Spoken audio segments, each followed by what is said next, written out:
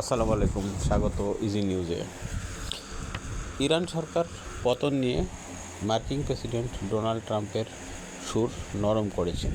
তিনি বলেন, যুক্তরাষ্ট্র এবং ইসরায়েলের হামলার ফলে ইরানের জনগণ একসময় তাদের সরকারকে ক্ষমতা থেকে সরিয়ে দিতে পারে, তবে তিনি মনে করেন এটি খুবই সহজ নয় এবং তাৎক্ষণিকও ঘটবে না।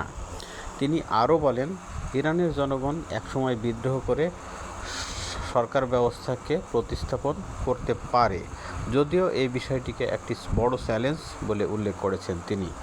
তবে তিনি আশাবাদী যে শেষ পর্যন্ত ইরানের সরকারের পতন ঘটবে। ইরান এবং ইসরায়েল ও আমেরিকার যুদ্ধের ফলে বিশ্ব অর্থনীতিতে এক বিরাট প্রভাব পড়বে এবং সেটা দরিদ্র মানুষের উপরই বেশি প্রভাবিত হবে। হজরত শাহজালাল আন্তর্জাতিক বিমানবন্দরের তৃতীয় টার্মিনাল পরিচালনা এবং রক্ষণাবেক্ষণের জন্য জাপানের প্রতিনিধি দলের সাথে সরকারের বৈঠক অনুষ্ঠিত হয়।